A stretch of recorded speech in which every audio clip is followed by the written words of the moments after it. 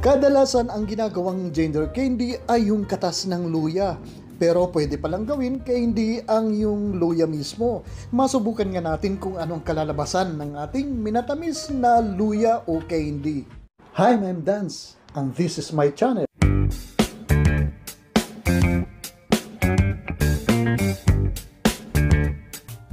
Ito po ay 700 grams na luya at pinipili lang natin ang pinakamalaking luya na ating bibilhin at ito po ay tatanggalan natin yung mga nakausli na maliliit na parte sa ating luya kasi po maliliit po yan pag hiniwa natin.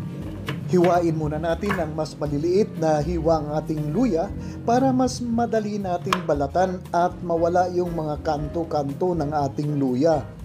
Tulad ng sinabi ko kanina, kailangan natin piliin yung malalaki na luya at yung medyo makikinis ang balat ng ating luya para mas madali balatan ang ating mga luya dito.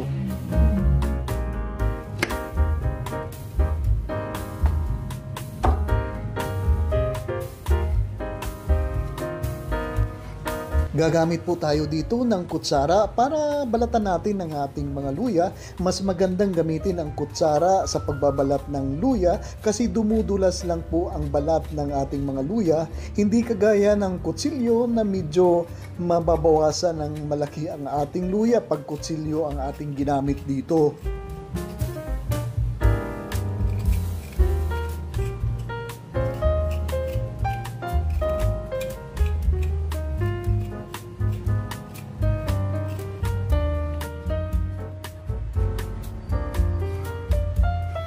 At ganito dapat kakinis ang ating nabalatan na luya at pagkatapos po ay huhugasan lang po natin ito at ipapat dry lang po natin ito para mawala yung tubig sa ating mga luya at saka ating i-slice ang ating luya ng ganito.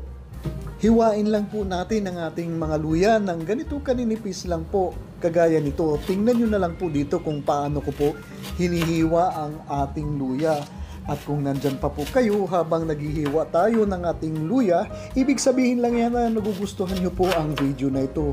Paki-comment nyo naman po kung saan lugar kayo nanonood para i-shoutout ko po kayo at ang lugar nyo sa susunod kong video uploads. At ito na po ang ating na-slice na mga luya. Ganito dapat kaninipis, hindi sobrang makapal, hindi sobrang manipis ang ating luya.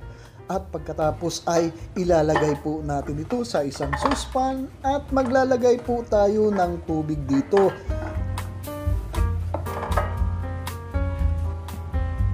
Ang tubig na ilalagay natin dito ay dapat aabot sa ibabaw ng ating mga luya dito. At pagkatapos ay tatakpan lang po natin ito at pakukuluan po natin ito ng mga 30 minutes po. At pagkatapos ng 30 to 35 minutes ay ganito na po ang itsura ng ating luya. Medyo luto na po ang ating luya dito. Hahanguin naman po natin ito sa ating saucepan at maiiwan po dito ang katas, ang tubig, ang liquid ng ating pinaglagaan ng luya. At ito po ay gagamitin din po natin ito. Huwag niyo po natin itatapon ang liquid na maiiwan dito kasi po napakatapang pa po yan ng lasa ng luya dito.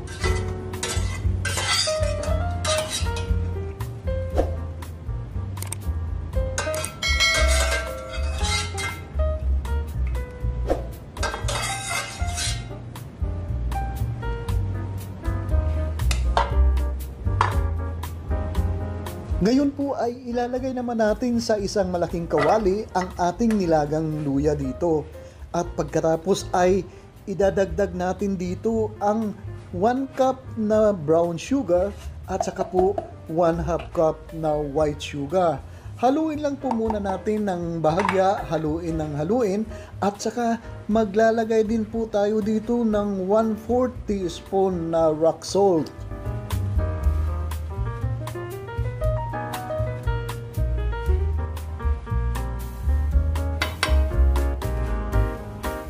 At para mas madali matunaw ang ating sugar dito, ay magdadagdag po tayo dito ng 1/2 cup na luya juice, yung ating pinaglagaan ng ating luya kanina na tubig. Haluin lang po natin ito ng haluin at isisimmer po natin ito hanggang sa maging thick ang consistency ng ating sugar dito. At kung meron po kayong mga comments o kung meron po kayong mga request na recipe, pakipost lang po sa comment section sa baba at sisikapin natin na tugunan ito.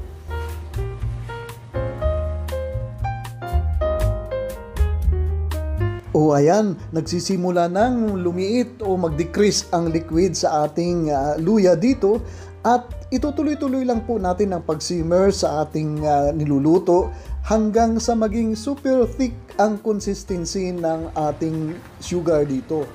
At kapag ganito na ang consistency ng ating sugar, ay pwede na natin ito hanguin.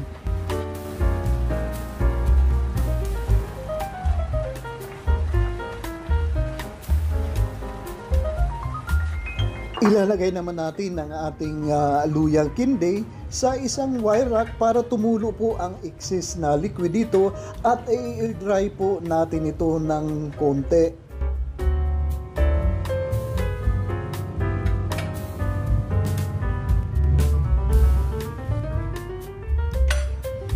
At heto na, medyo tuyo na po ang ating mga candies at ilulublog po natin ito o pagugulungin pa natin ito sa white sugar bago mo natin ilagay sa ating mga container o sa ipack ang ating ginger candy.